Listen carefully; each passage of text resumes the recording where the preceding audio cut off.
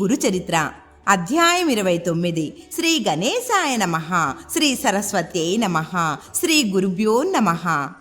నామధారకుడు సంతోషించి శ్రీగురుడు స్వయంగా భస్మ మహత్మాన్ని ఏమి వివరించారో సెలవీయండి అని కోరాడు. అప్పుడు సిద్ధయోగి ఇలా చెప్పారు. త్రివిక్రమ భారతి ఆ ప్రశ్న వేయగానే శ్రీగురుడు సంతోషించి ఇలా వివరించారు. పూర్వం కృతయుగంలో వామదేవుడనే మునీశ్వరుడు జీవన్ముక్తుడై ఆత్మానందంలో తేలియాడుతూ ఉండేవాడు.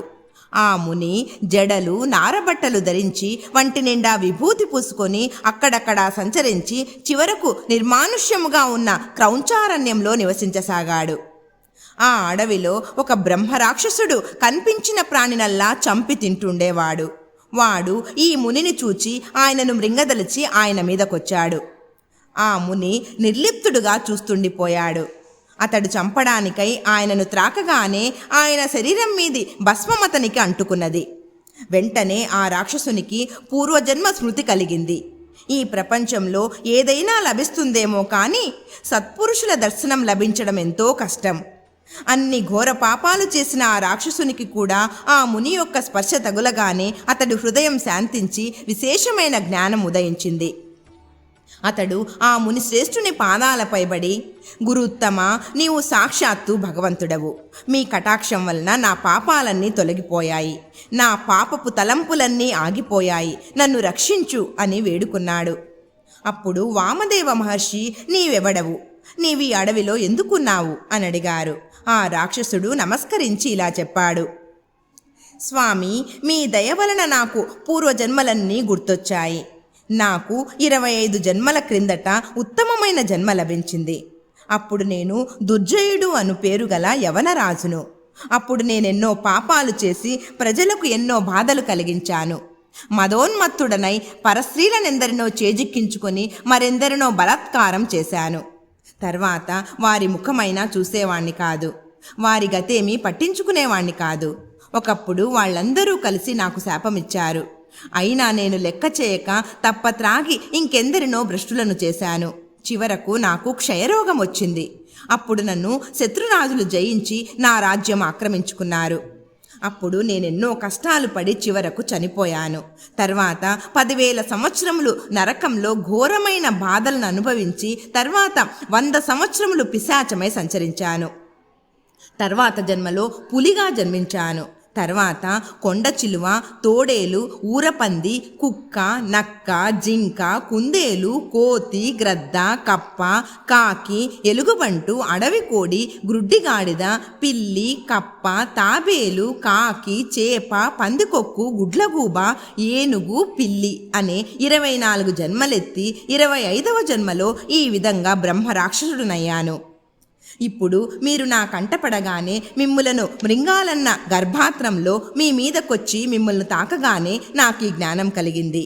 నేను చేసిన పాపాలన్నీ ఒక్కసారిగా తుడిచిపెట్టుకుపోయాయి. ఇక నాకు జన్మరాహిత్యం ప్రసాదించి రక్షించు. నాకేనాటి పుణ్యమో కించిత్తు ఉండటం వలన మీరు నాకు లభించారు. స్పృశించినంత మాత్రానే నాకింత జ్ఞానం ప్రసాదించిన మీరు నిశ్చయంగా పరమేశ్వరులే. కానీ నా వంటి నికృష్టుడికి ఇంతటి జ్ఞానం ఎలా కలిగిందో తెలుపండి అని ప్రార్థించాడు. అప్పుడు వామదేవుడు, ఇది నా మహిమ కాదు, నా వంటిపైనున్న భస్మం యొక్క మహిమ. దాని మహాత్మ్యం పూర్తిగా తెలుసుకున్నవాడే లేడు. సాక్షాత్తు పరమేశ్వరుడే దానిని ధరిస్తాడంటే దాని మహిమ వేరే చెప్పాలా? అందుకొక నిదర్శనం చెబుతాను. పూర్వము కర్మభ్రష్టుడు దురాచారుడైన ఒక ద్రావిడ బ్రాహ్మణుడుండేవాడు. అతడొక శూద్ర స్త్రీని చేరదీసినందుకు ఊరంతా అతనిని వెలివేశారు. చివరికి అతని తల్లిదండ్రులు కూడా అతనిని చేరనివ్వలేదు.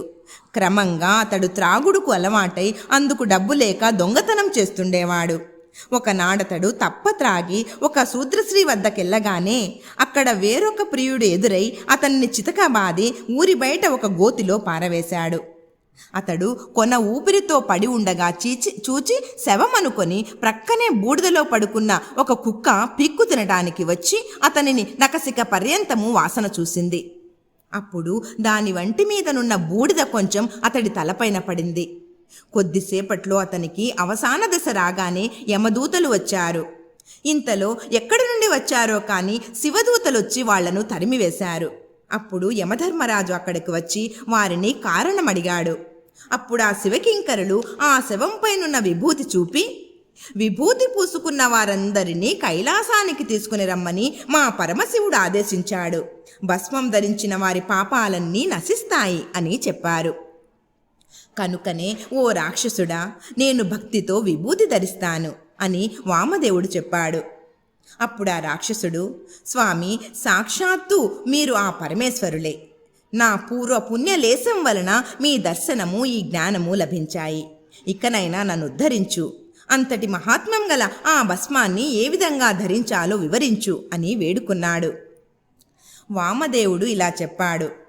ఒకప్పుడు శివుడు తన గణాలతో కలిసి క్రీడించడానికి మందర పర్వతానికి వచ్చాడు. అచ్చటికి ఇంద్రాది దేవతలు, గంధర్వులు, యక్షులు, కింపురుషులు, సిద్ధులు, సాధ్యులు, వశిష్ఠ నారదాది ఋషులు, బృహస్పతి మొదలగు వారందరూ చేరారు. అప్పుడు వారి మధ్య సింహాసనం మీద శివుడు కూర్చున్నాడు. కర్పూర కాంతి గల దేహంతో, జడలు, నాగాభరణాలు, చంద్రవంక, సకలాయుధాలు ధరించిన ఆయన ఎర్రని వస్త్రాలు ధరించి ఉన్నాడు. అప్పుడు ఆ సభలో నుండి సనత్కుమారుడు లేచి నమస్కరించి, స్వామి, లోకుల పాపాలు తొలగించి వారికి సులభంగా ముక్తినివ్వగల ఉపాయం ఏదైనా చెప్పవలసింది అని ప్రార్థించాడు. అప్పుడు ఆ పరమశివుడు ఇలా బోధించాడు. సులభంగా 4 పురుషార్థాలను ప్రసాదించగలిగినది భస్మంతో త్రిపుండ్రాలు ధరించడం. భస్మం కోసమని సంకల్పించి గోమయం అనగా ఆవు పేడ సేకరించి దానితో హోమం చేయాలి. అలా చేయగా వచ్చిన భస్మాన్ని సద్యోజాతం అనే మంత్రంతో చేతిలోకి తీసుకొని, అగ్నిరీత్యా అనే మంత్రంతో అభిమంత్రించి, మానసోక్త అనే మంత్రం చదువుతూ దానిని బొటనవ్రేలితో నలిపి త్రయంబకం అని చెబుతూ శిరస్సున ధరించాలి. తర్వాత త్రయాయుషం జమదగ్నే అనే మంత్రాలతో త్రిపుండ్రాలు ధరించాలి. ఆ మూడింటిలో ఏ రేఖ కూడా కనుబొమ్మల కొనలు దాటకూడదు. ఆ రేఖలలో మొదటిది, చివరిది, మధ్యమ, అనామిక అనే వేళ్లతో అద్దుకున్నాక అప్పుడు బొటనవేలితో కుడివైపు నుండి ఎడమ పక్కకు మధ్యరేఖ దిద్దుకోవాలి. వీటిలో మొదటి రేఖకు అకారము వర్ణము. గార్హపత్యాగ్ని, భూతత్వం, రజోగుణం, ఋగ్వేదం, క్రియాశక్తి, ప్రాతఃసదనము, బ్రహ్మదేవత. రెండవ రేఖకు ఉకారము వర్ణము. దక్షిణాగ్ని, ఆకాశతత్వం, యజుర్వేదం, మాద్యందిన సవనములకు సంకేతము. ఇచ్ఛాశక్తి, విష్ణుదేవతకు చిహ్నం. మూడవ రేఖకు మకారము. ఆహవనీయాగ్ని, సత్వగుణము, జ్ఞానశక్తి, తృతీయ సవనము, శివునికి సంకేతము. ఇలా భావించి త్రిపుండ్రము ధరించాలి. ఈ రీతిన భస్మం ధరించిన ముముక్షువులకు ముక్తి లభిస్తుంది. మిగిలిన వారికి వారు కోరిన పురుషార్థాలు లభిస్తాయి. కనుక 4 ఆశ్రమాలకు చెందిన వారు భస్మం ధరించాలి. దాని వలన పాపాలు నశించి పుణ్యం చేకూరుతుంది. ఈ విధానం తెలియకపోయినా సంపూర్ణమైన విశ్వాసంతో భస్మం ధరించినా చాలు, పాపాలన్నీ నశిస్తాయి. భూమిపైనున్న తీర్థాలన్నింటిలో స్నానం చేసినంతటి పుణ్యము, మంత్రాలన్నీ అనుష్ఠానం చేసిన ఫలితము లభించడమే కాక ఇతరులకు కూడా ఉత్తమ గతి లభిస్తుంది. వ్యాధి భయం తొలగి దీర్ఘాయువు, ఐశ్వర్యము, జ్ఞానము లభిస్తాయి అని శివుడు చెప్పాడు. కనుక ఓ రాక్షసుడా, ఈ భస్మం వల్లనే నీకిట్టి జ్ఞానం కలిగింది అని చెప్పి కొంచెం భస్మం మంత్రించి వామదేవ మహర్షి ఆ రాక్షసుడికి ప్రసాదించాడు. దానిని ధరించి ఆ రాక్షసుడు ముక్తుడై మహర్షికి ప్రదక్షిణము, నమస్కారము చేసి స్వర్గానికి వెళ్ళిపోయాడు. వామదేవుడు త్రిమూర్తి అవతారము. జీవులను ఉద్ధరించడానికి మానవాకృతిలో భూమిపై సంచరిస్తూ ఉంటాడు. ఈ భస్మ మహిమ గురించి సౌనకాది ఋషులకు సూతమహామని కూడా చెప్పాడు. శ్రీగురుడు వివరించి చెప్పిన భస్మ మహిమ గురించి విని త్రివిక్రమ భారతి ఆయనకు నమస్కరించి తన ఆశ్రమానికి వెళ్ళిపోయాడు. శ్రీ దత్తాయ గురవే నమః. శ్రీ శ్రీపాద శ్రీవల్లభాయ నమః. శ్రీ నృసింహ సరస్వత్యై నమః.